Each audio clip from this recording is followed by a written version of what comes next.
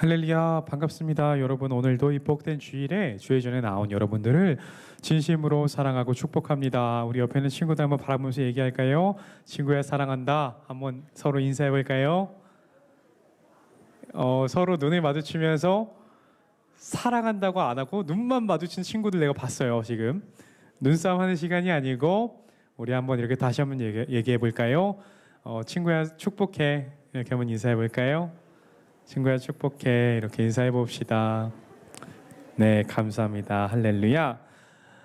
여러분, 오늘 우리가 함께 읽을 본문은요, 고린도전서 9장 24절부터 27절의 말씀입니다. 우리 성경 있으신 분들은 다 펴주시고요. 우리 또 이제 영상으로 함께 예비하는 친구들 스크린을 통해서 함께 읽으면 되겠습니다.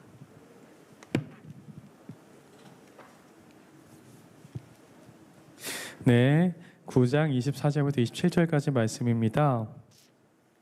아주 짧아요. 우리 한 목소리로 읽겠습니다. 시작. 운동장에서 다름질하는 자들이 다 달아날지라도 오직 상 얻는 자는 하나인 줄을 너희가 알지 못하느냐. 너희도 얻도록 이와 같이 다름질하라. 이기기를 다투는 자마다 모든 일에 절제하나니 저희는 썩을 면류관을 얻고자 하되 우리는 썩지 아니할 것을 얻고자 하노라. 그러므로 내가 다름질하기를 향방 없는 것 같이 아니하고 싸우기를 허공을 치는 것 같이 아니하여 내가 내 몸을 쳐 복종하게 함은 내가 남에게 전파한 후에 자기가 도리어 버림이 될까 두려워함이로라. 아멘. 우리 제목 한 목소리로 읽겠습니다. 시작. 진지하고 성실한 운동선수에게 배울 것. 한 번 더 읽을까요? 시작. 진지하고 성실한 운동선수에게 배울 것입니다. 네, 여러분, 우리가 함께 읽은 본문 굉장히 짧죠? 오늘 본문은 굉장히 짧고요. 그리고 이해도 쉽습니다. 바울이 운동선수를 얘기했던 이유는요, 이 당시에 국제적인 제전이 고린도에서 있기 때문입니다. 우리가 고대 그리스에는요, 4개의 제전이 있다고 해요. 바로 제가 읽어드릴게요. 피티아, 네메아, 올림피아, 이스미안. 세 번째 올림피아 뭔가 들어본 것 같지 않나요? 여러분, 올림피아 뭔지 아세요? 올림피아 이게 바로 올림픽의 시초였죠. 올림픽의 시초였어요. 근데 잠깐 상식이에요. 고대 올림픽이 왜 중간에 끊겼는지 아세요? 왜 중간에 멈췄을까? 이거 아는 친구 얼마 없을 텐데, 원래 올림픽은요, 그리스 지방에서 열리던 제우스 신에게 바치던 제전 경기의 하나였습니다. 되게 신기하죠? 우리가 드리는 이제 운동 경기 같은 제전들이 신에게 바치는 행위였대요. 신기하죠? 예를 들면 이런 것도 있어요. 고대 사회에서 이런 기량 겨루기를 신에게 바치는 행위는 비교적 흔한 행위였습니다. 일본의 스모도 신들에게 힘을 바치는 제전 경기에서 출발했다고 해요. 그래서 이 올림피아 제전은 신기하게도 그때 당시에 우리가 알죠. 굉장히 유명한 신 제우스에게 드렸던 제전입니다. 근데 이게 왜 끝났을까요? 왜 끝났냐면 기독교가 국교로 지정되자 황제 테오도시우스 1세에 의해서 이교도의 제전을 금지하라고 명해서 올림피아가 끝나고요. 이후에 어떻게 됐냐? 나중에 생긴 근대 올림픽은 프랑스의 구베르탱 남작이 창시했다고 해요. 그냥 잠깐 지나간 역사 중에 하나입니다. 자, 그렇다면 올림피아 세 번째 다음에 있었던 게 바로 뭐냐? 이스미안 제전이라고 합니다. 이스미안 제전은요, 2년마다 한 번에 고린도라는 도시에서 열렸던 아주 큰 국제적인 제전 중에 하나였어요. 그 제전은요, 굉장히 크다 보니까 사람들이 어떻게 하냐면 우리가 올림픽 하면 선수촌 가서 합숙하던 것처럼 그 고린도라는 도시에 가서 한 10개월 전부터 아니면 1년 정도 전부터 이미 가 있어요. 그래서 합숙하면서 운동을 해요. 그만큼 사람들이 열심히 했었고 치열하게 했습니다. 그래서 바울은요, 고린도에 있을 때 이 이스미안 경기 가운데 육상 선수가 달리기 하는 모습을 보면서 그것에 빗대어서 고린도의 성도들에게 본문의 말씀을 전하고 있습니다. 여러분, 올림픽 경기를 본 적이 있죠? 여기 안 본 사람 없을 거예요. 육상 선수들이 달리는 모습 본 적 있나요? 정말 열심히 달리죠. 나의 모든 걸 다 토해내며 달려가요. 그 사람들은 100m 달리기 하고 나서 그 이후에는 걸을 수 없을 정도로 사력을 다해서 뛰고요. 심지어는 어떤 사람이 있냐, 이렇게 뛰면서 허벅지 근육이 파열될 정도로 그 순간에, 그 시간에 혼신의 힘을 당해서 뛴다고 해요. 그들의 목적이 뭡니까? 올림픽 금메달 때문이죠. 이 금메달은요, 너무도 영광스러운 세상의 면류관이잖아요. 그래서 그들은 이 올림픽 금메달을 위해서 허벅지 근육이 파열될 정도로, 그리고 내가 걷지 못해도 좋으니 이 순간 모든 힘을 다해서 정말 죽어라고 뜁니다. 바울은 이스미안 제전에서 사람들이 정말 이것을 위해서, 이 목표를 위해서 노력하고 열심히 뛰는 모습들을 통해서 사람들에게 무엇을 가르쳐 줍니까? 우리 신앙의 삶도 저렇게 노력하고 힘써서 달려야 된다, 이런 말을 하고 있습니다.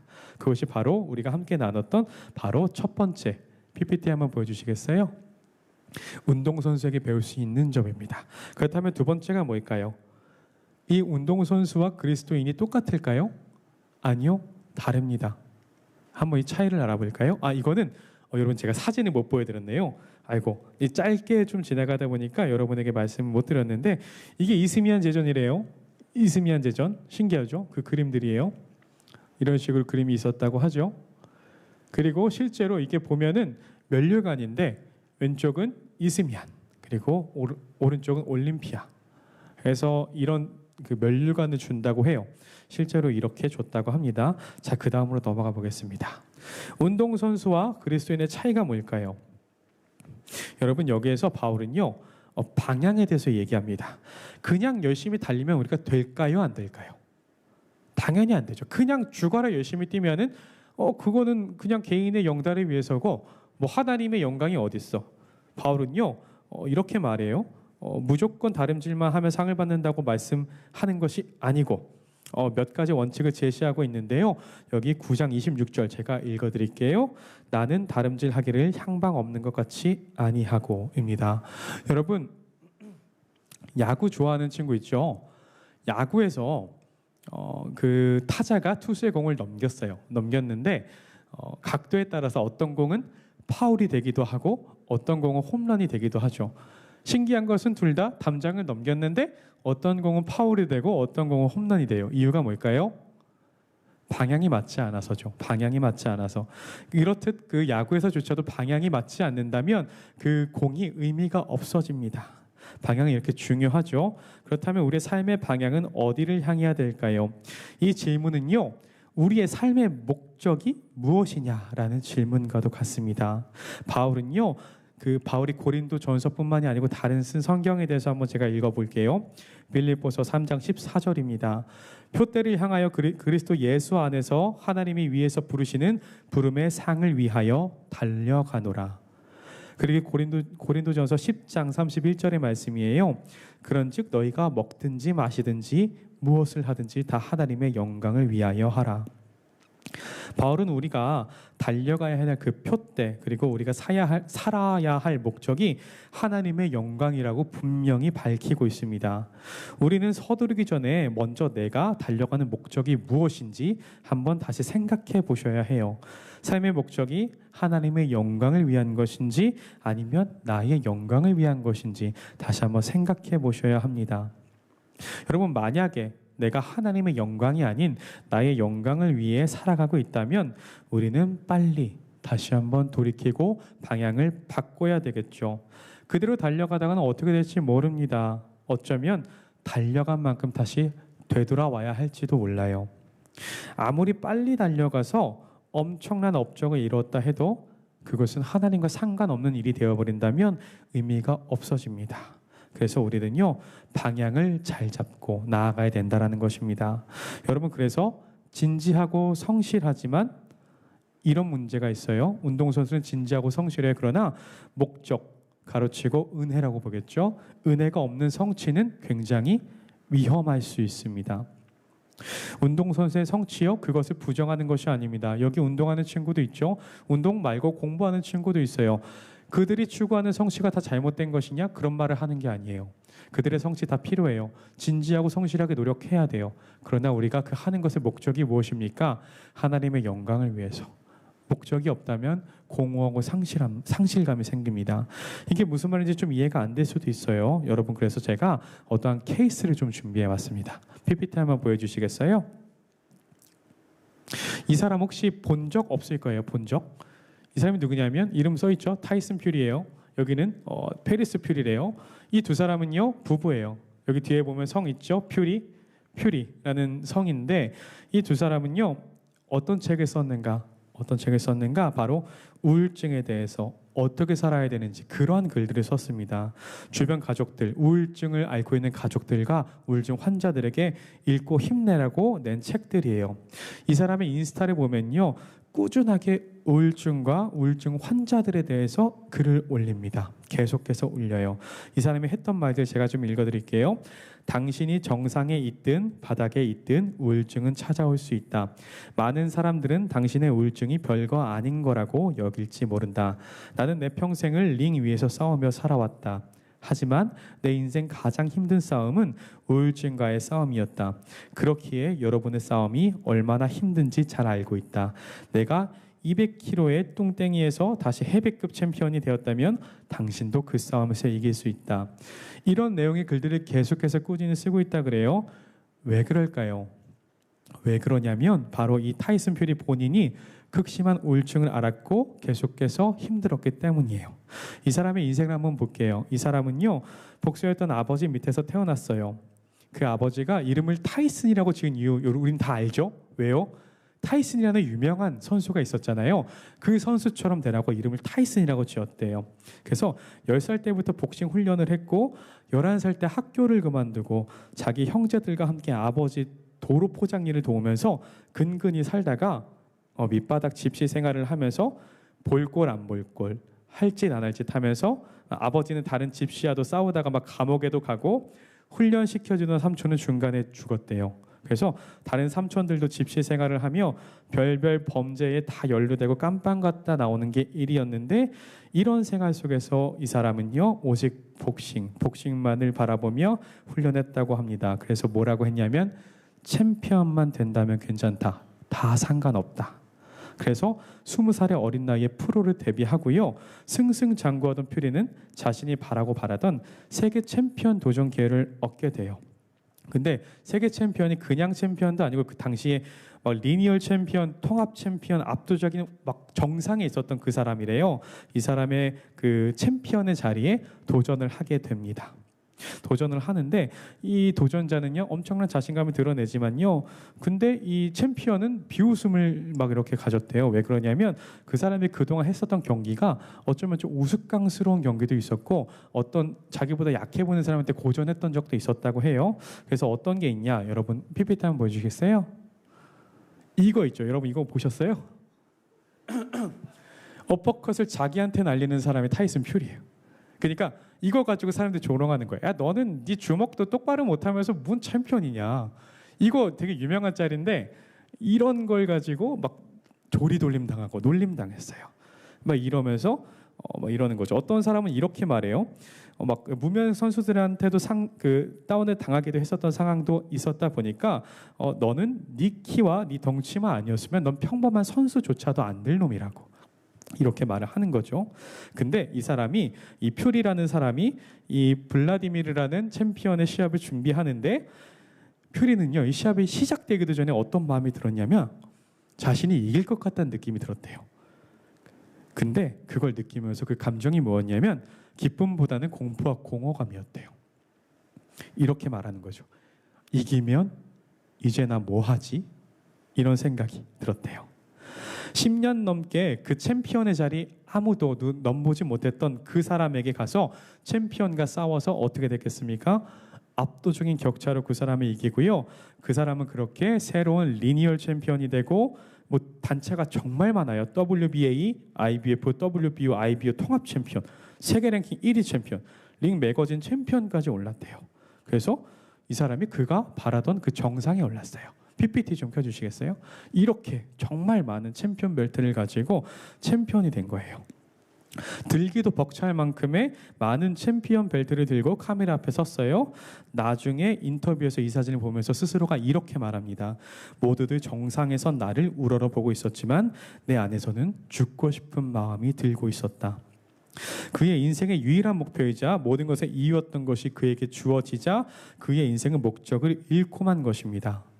처참했던 어린 시절도 가정 환경도 아일랜드 집시 혈통으로 받던 차별도 그 모든 힘든 훈련도 그리고 이 순간이 오면 모두 보상받을 수 있을 거라 믿고 참아왔던 것조차도 다 사라지고 그에게 찾아온 건 어떤 거예요? 바로 공허감이에요. 그래서 이 공허감에서 빠져나오기 위해 그 사람은 무엇을 먹었을까? 그 사람은요 미친 듯이 술을 마셔요. 이게 술 파티죠. 죽어라 술을 마셔요. 일주일에 몇 리터 마셨냐? 56리터의 술을 마셨대. 56리터. 여러분 이건 물도 마시기 힘든 양이에요. 56리터의 술을 마셨는데 이제 집에도 안 들어가고 훈련장에도 가지 않고 그냥 술집만 가서 술만 먹어요. 술을 마시지 않으면 내 정신이 유지가 안 된대. 그러면서 술을 먹어. 그리고 자연스럽게 마약에도 손을 댔대요. 그러면서 이런 시간 동안 1년 반이 지나갔대요. 그러면서 그 시간 동안 모든 챔피언 벨트 다 뺏기고 사람들이 그 다시 비난을 해요. 내 저럴 줄 알았다고. 저 집시놈 챔피언 한번 먹더니 아주 오만해지고 그래서 뭐 관리도 못하고 그럴 줄 알았다고. 저번에 다 운이었네. 봐봐. 내가 말했던 거 맞잖아. 저 사람 그렇게 대단한 사람 아니었다고. 그렇게 말을 듣고 스스로도 망가졌다고 표현을 한대요. 그러면서 이 사람이 여기는 차를 제가 왜 넣어놨냐면 이 사람이 포르쉐 차라고 해요.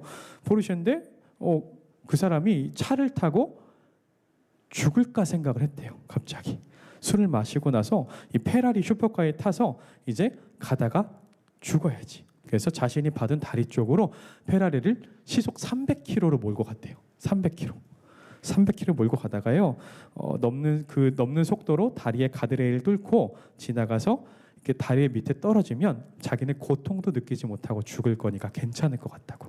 그래서 그런 마음으로 차를 타고 가요. 근데 이 사람이 어떻게 됐어요?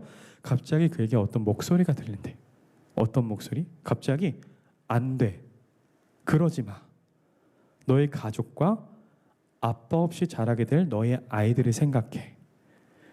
모두들 너의 자식에게 그럴 거야. 너의 아버지는 술 중독자였다고. 우리 아빠는 우리를 떠났다고. 쉬운 길을 선택하고 떠난 거야. 그걸 해결하려고 노력하지 않았어. 이러한 소리가 들렸대요. 그래서 다리에 이르기 직전에 이 퓨리라는 사람이 브레이크를 밟고 차를 세운 다음에 차에서 내려 부들부들 떨면서 아기처럼 목 놓아 울었다 그래요. 이렇게 덩치 큰 헤비급 챔피언이 그 자리에서 나와서 목 놓아 울었대요. 그 사람이 이렇게 고백해요. 저 목소리가 술과 코카인으로부터 나온 목소리인 건지 아니면 죽음을 이제 막기 위해서 몸이 조작하는 환청인지 아니면 신의 목소리인지 되게 모르겠는데 근데 내가 할 수 있는 것은 이걸 신의 목소리라고 여기기로 했대요. 그래서 이제는 다시는 자살에 대해서 생각을 하지 않기로 결심했대요.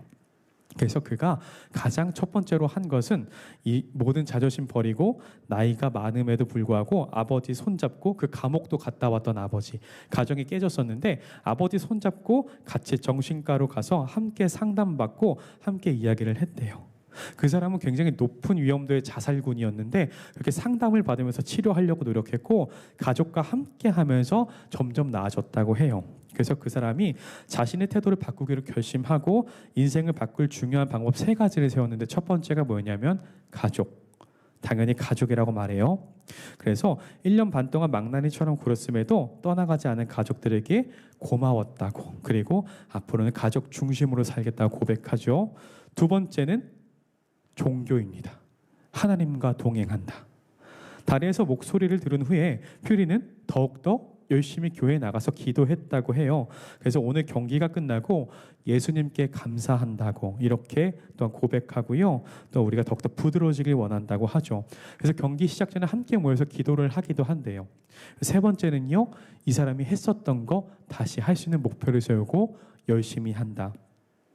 이제까지 그의 목표가 세계 챔피언이 되는 거였다면 앞으로의 인생 목표는 그냥 복싱 그 자체가 되는 것처럼 복싱을 즐기고 그리고 인생의 의의를 찾자. 이렇게 바뀐 거죠. 이후의 이야기는 어떻게 되었을까요?